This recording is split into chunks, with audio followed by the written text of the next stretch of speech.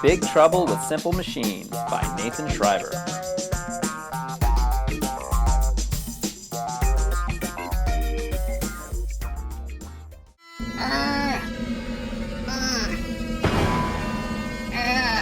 It's working.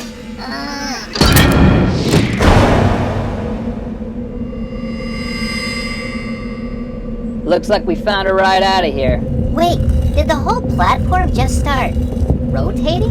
Who cares? That thing's our ticket to Sandwich Town. We are sorry.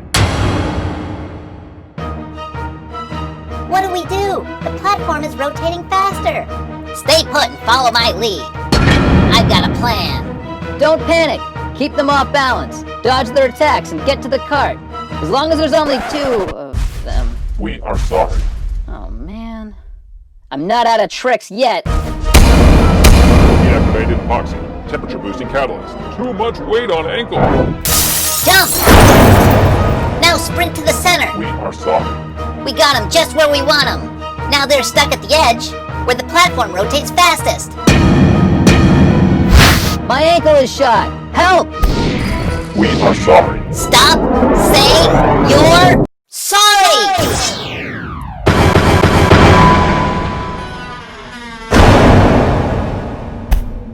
Let's roll, people. We are sorry. I'll bet you are.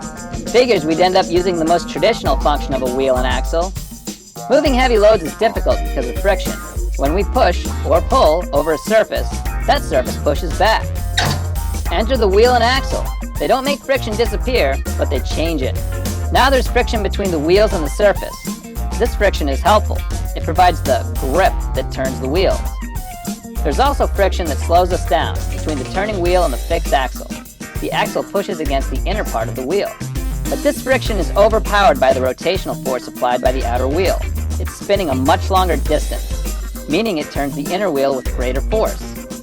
The outer wheel rotates the arm of the wheel, the radius, around the fulcrum, or axle. The load is the friction between the wheel and axle. So wheels are like levers? Exactly. Hey, your idea for turning the nut, it was better than mine. That idea didn't keep me from nearly getting squashed by one of those mechs. You really saved my bacon. Bacon. Yum. The holograms are flickering off and on. Look, that cloud looks like some kind of circuit. And that moon is some kind of fan. And that stack of pancakes is really a wall.